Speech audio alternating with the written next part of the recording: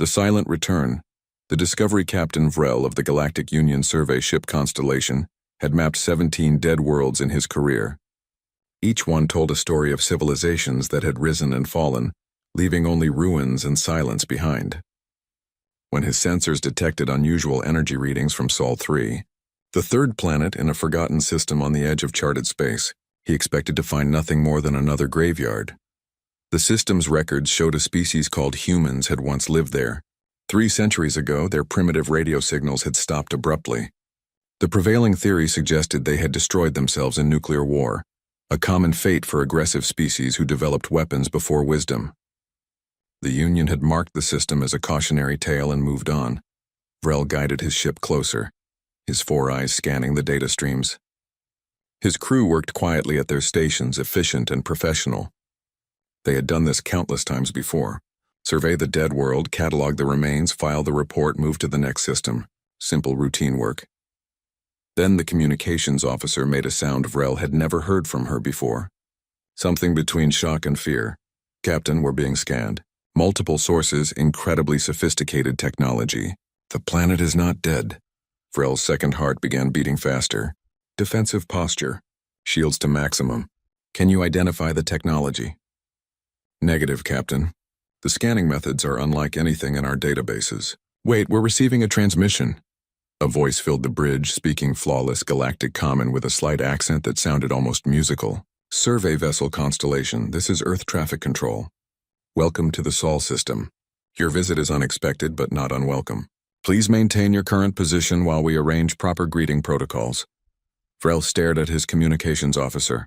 Earth traffic control implied organization, infrastructure, civilization. Respond. Tell them we come in peace representing the Galactic Union. The response came immediately. We're familiar with the Union, Captain Vrel. We've been monitoring galactic communications for quite some time.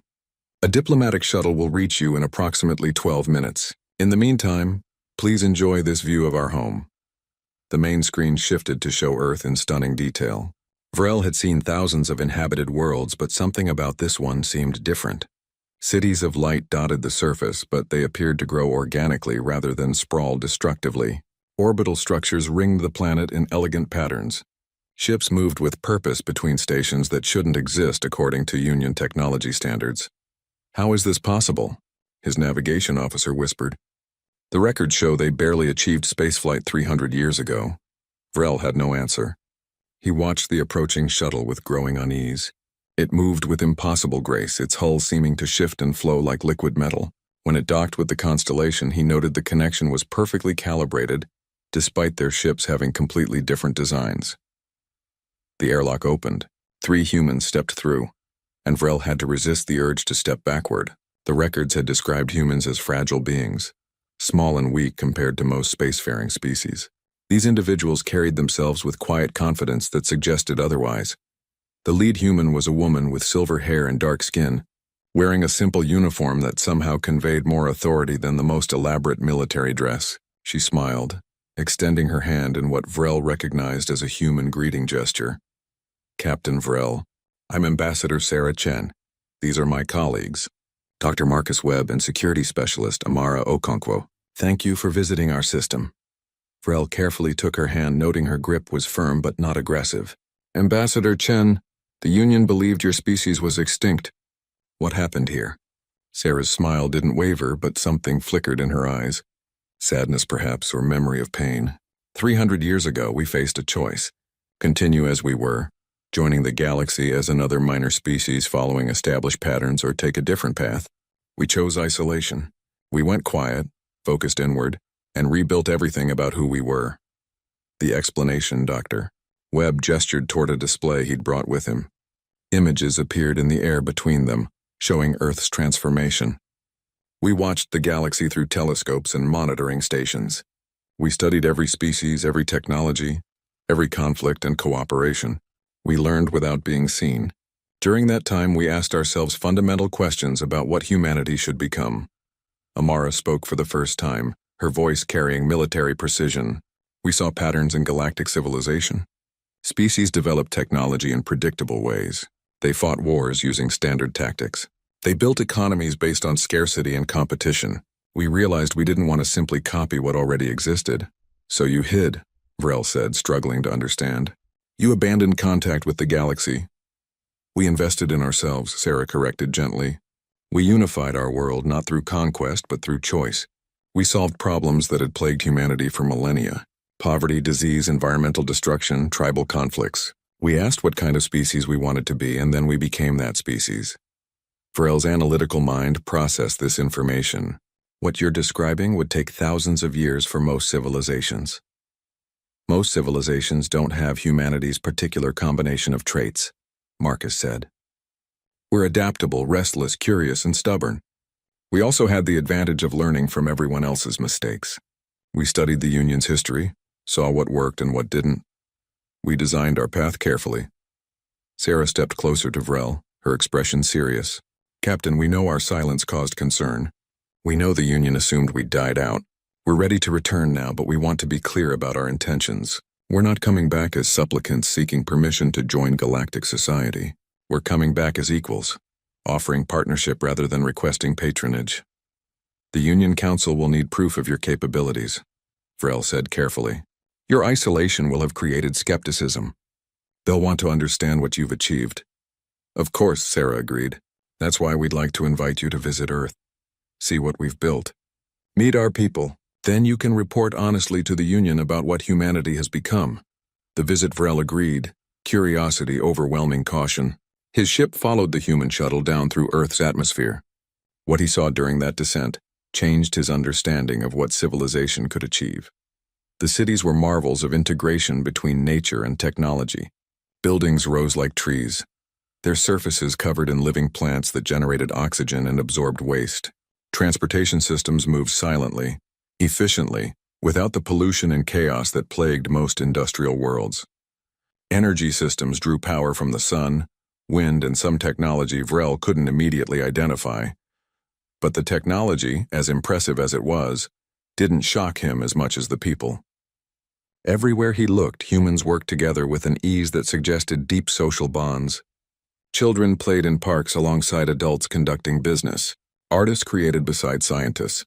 There was diversity in appearance, culture, and thought, yet it all functioned as a cohesive whole. How did you achieve this level of social integration? Vrel asked as they toured a research facility. Most species require strict hierarchies or hive minds to coordinate at this scale. Marcus smiled. We learned to value both individual freedom and collective responsibility. Every human receives education that emphasizes critical thinking alongside empathy. We celebrate differences while recognizing our fundamental unity. It wasn't easy. It took generations of effort and countless failures, but we persisted. They visited a hospital where diseases that plagued the galaxy were treated as minor inconveniences. They toured manufacturing facilities where robots and humans worked side by side, each doing what they did best. They saw schools where children learned not just information, but how to learn, how to think, how to create. The technology impressed Vrel, but it was the philosophy behind it that truly amazed him. Humans had built everything with purpose. Every innovation served to improve life rather than simply to exist. They had rejected the galaxy's assumption that progress meant accumulating power, instead defining it as expanding capability to help others. The demonstration on the final day of his visit, Sarah brought Vrel to an orbital platform. The Union will want proof we can defend ourselves, she said. That we're not just an advanced but vulnerable civilization. She gestured to a nearby asteroid, one of thousands in a managed belt around Earth. That rock is approximately the size of your ship. Standard military protocols would suggest using missiles or energy weapons to destroy it. May we show you humanity's approach? Vrel agreed, curious about what human weapons looked like. He expected some massive gun or terrible destructive force. Instead, a small ship approached the asteroid. It touched the surface gently, and then something impossible happened. The asteroid began to dissolve, not explode, not shatter, but systematically break down into its component materials. Within minutes, the massive rock had been reduced to separated piles of useful metals, minerals, and other resources. The ship collected everything efficiently, wasting nothing. We don't destroy when we can transform, Sarah explained. Our defensive philosophy isn't about having bigger weapons than our enemies. It's about making conflict unnecessary by being too valuable as partners and too complex to attack successfully. That said, we can defend ourselves if required. We simply prefer not to need to. She showed him more. Shields that didn't just block energy but absorbed and redirected it. Ships that could adapt their configuration based on situations. Manufacturing systems that could create anything from raw materials in hours. Communication technology that operated on principles the Union hadn't discovered. You could conquer half the galaxy with this technology, Vrel said quietly. We could, Sarah agreed. We won't. Conquest is inefficient and morally wrong. We'd rather trade, share knowledge, and build relationships. We want partners, not subjects. The message as Vrel prepared to leave, Marcus handed him a data storage device.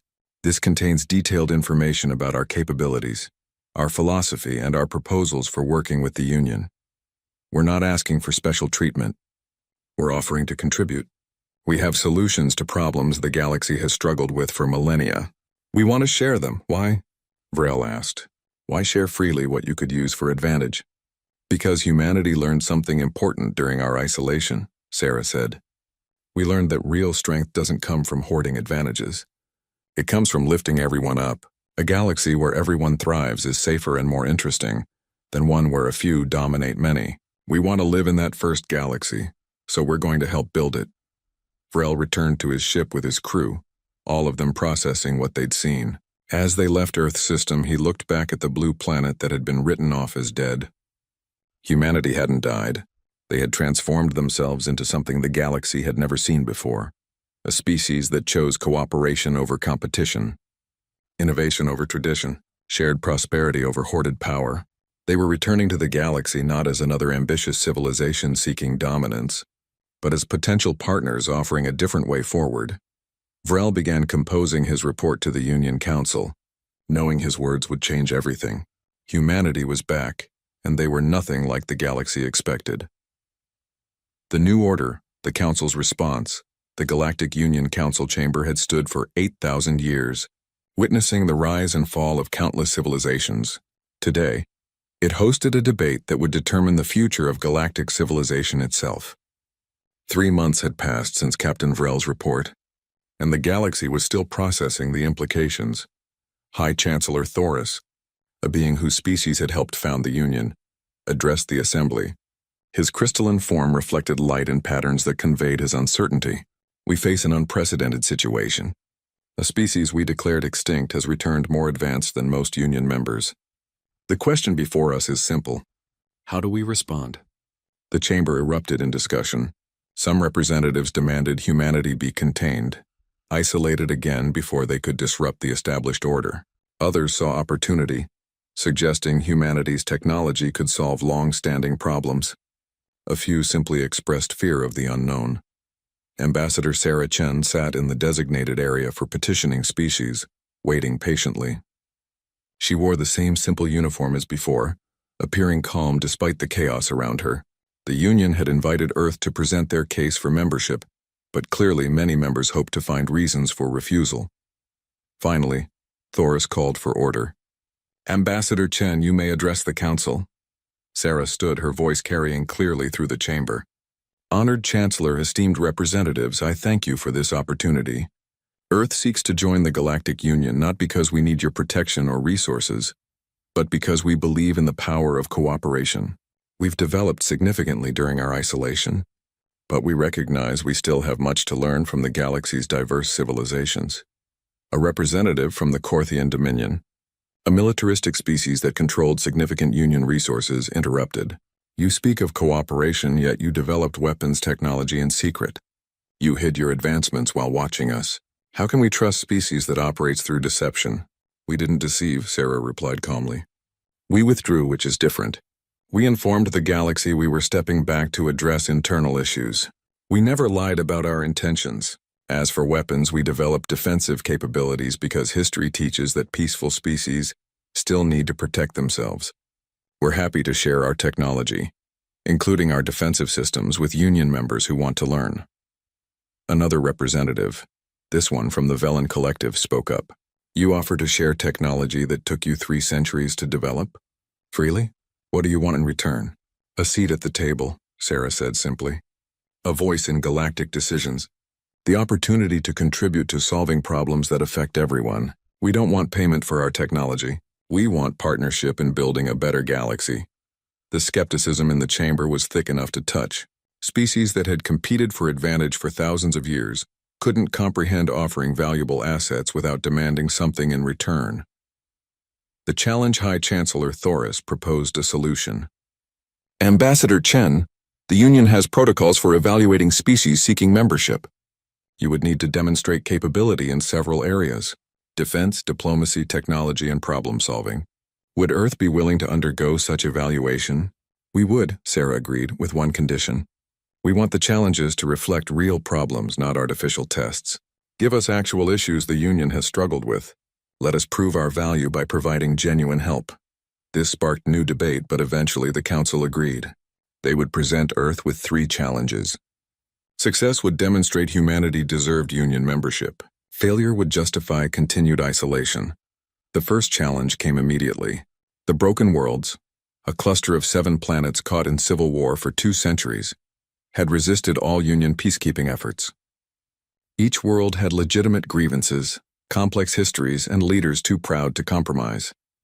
The Union had essentially abandoned the system after losing dozens of peacekeepers to the endless conflict.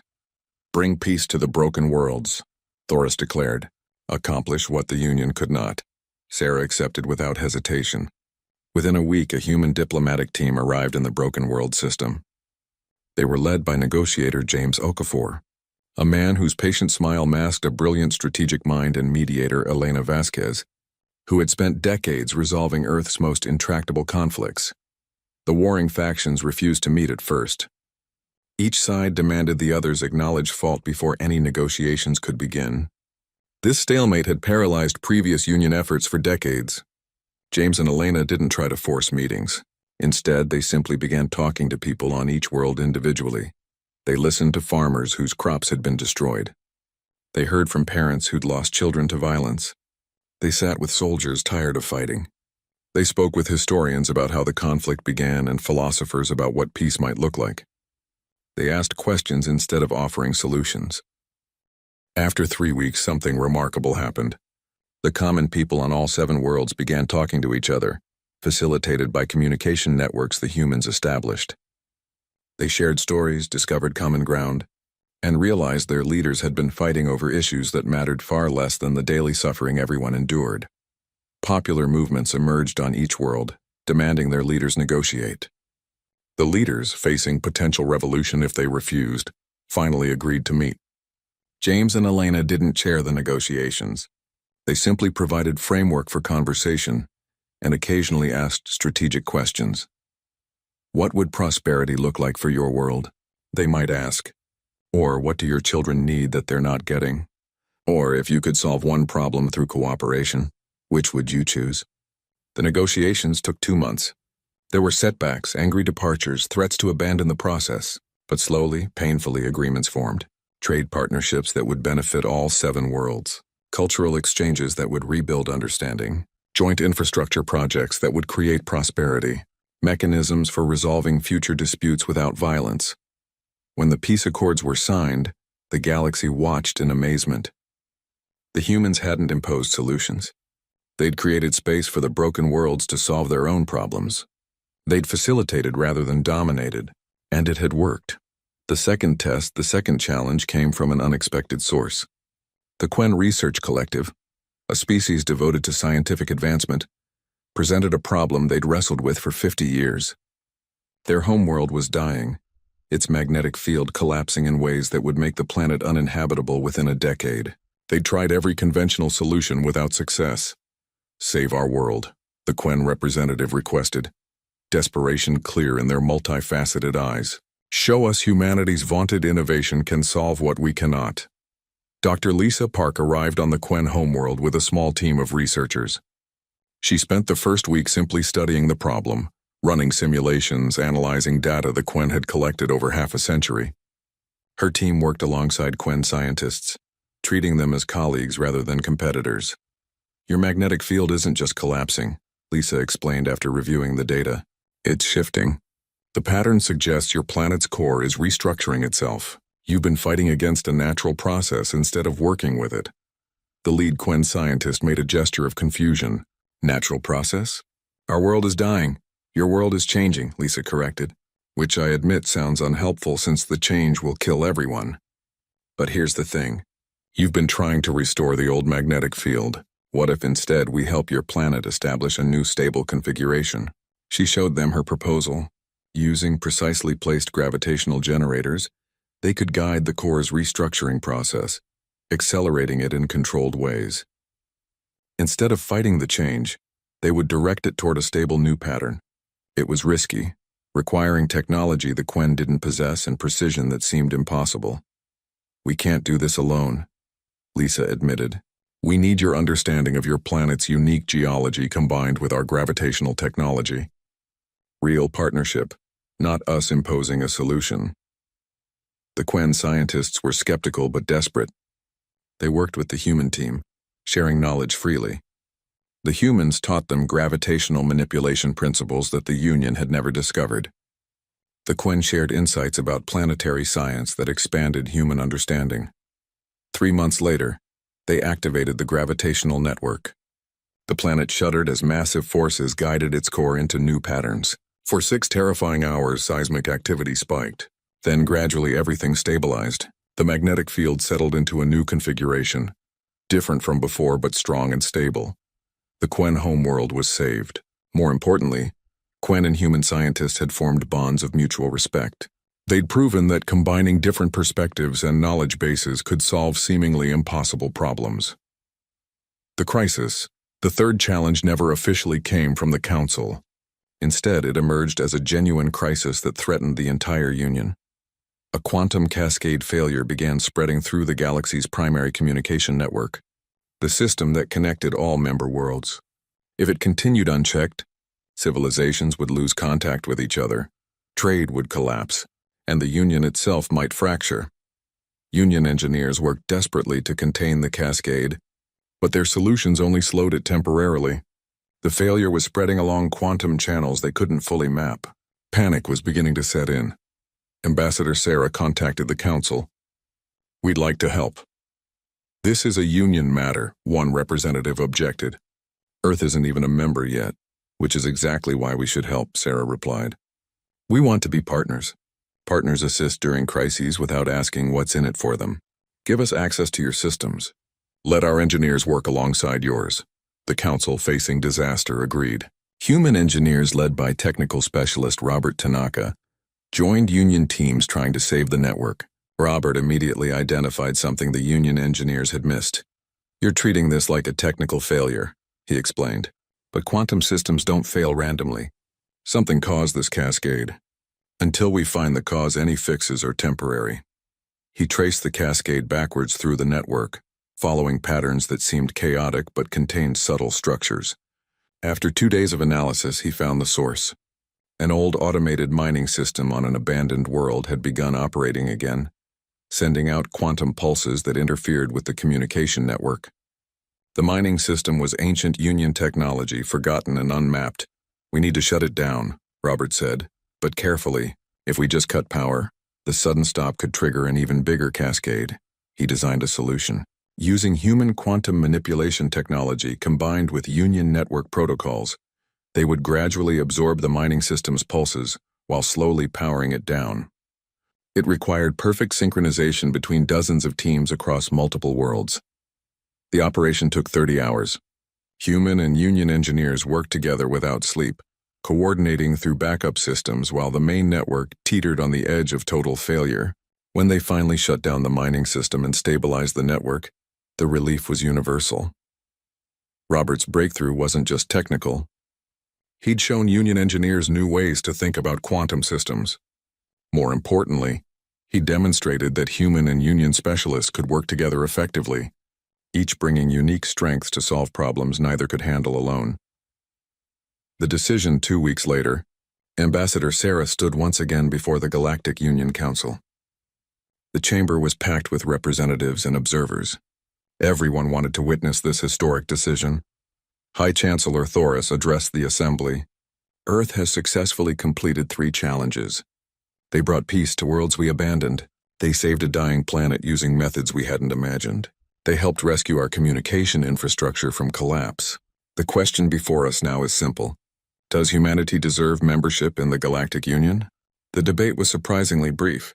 Even species that had opposed humanity's return couldn't deny what they'd witnessed. More importantly, many had begun to see Earth not as a threat, but as an opportunity to make the Union stronger, more innovative, more capable of solving the galaxy's problems. The vote wasn't unanimous, but it was decisive. Earth would join the Galactic Union as a full member with all associated rights and responsibilities. Sarah accepted gracefully. We thank the Council for this decision. Earth pledges to be an active, contributing member. We will share our knowledge freely, work alongside other species to solve problems, and always advocate for cooperation over competition. We believe the galaxy's future depends not on any single species dominating, but on all of us working together. As the chamber erupted in discussion of what humanity's membership would mean, Sarah smiled. Earth had returned to the galaxy not as conquerors or supplicants, but as partners. The old order, based on power hierarchies and controlled knowledge, was beginning to shift. The new order, built on cooperation and shared advancement, was taking its first steps. The galaxy would never be the same. Humanity had returned stronger than anyone imagined, not through weapons or threats, but through demonstrating a different way to exist among the stars. They'd shown that strength could mean helping others succeed rather than ensuring they failed. That progress could be shared rather than hoarded, that the galaxy's diverse species were stronger together than any could be alone. Outside the council chamber, Dr. Marcus Webb met Sarah with a smile. You did it. We are officially part of the galaxy again. We all did it, Sarah corrected. This is just the beginning. Now comes the real work of living up to what we promised, of proving every day that cooperation works better than competition. Marcus nodded, looking out at the stars visible through the chamber's massive windows. The galaxy spent 300 years assuming we were dead. They're going to spend the next 300 learning what humanity really means. Sarah joined him at the window, watching ships from 100 worlds moving through space, each on their own journeys.